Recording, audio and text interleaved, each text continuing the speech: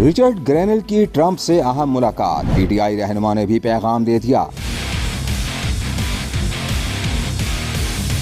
तहरीक इंसाफ की उम्मीदों पर पानी फेरने वाले रिचर्ड ग्रेनेल एक बार फिर सामने आ गए। अमरीकी सदर से मुलाकात के बाद पैगाम दे दिया। डोनाल्ड ट्रंप से किस बारे में बातचीत हुई, सोशल मीडिया पर बता दिया। पीटीआई रहनुमा ने भी नेक ख्वाहिशात का इजहार कर दिया।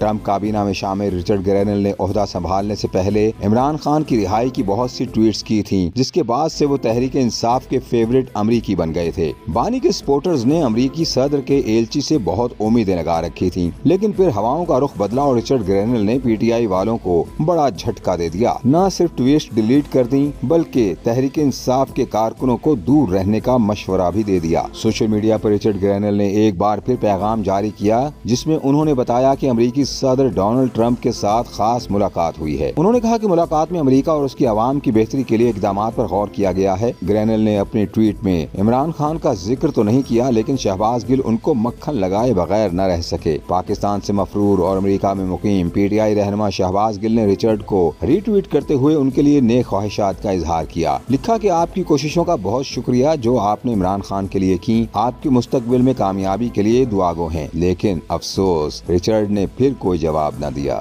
इन न्यूज़ की वीडियोस देखने के लिए हमारा चैनल सब्सक्राइब करें, बेल आइकन पर क्लिक करें ताकि आप हमारी आने वाली हर वीडियो से बाखबर रह सकें।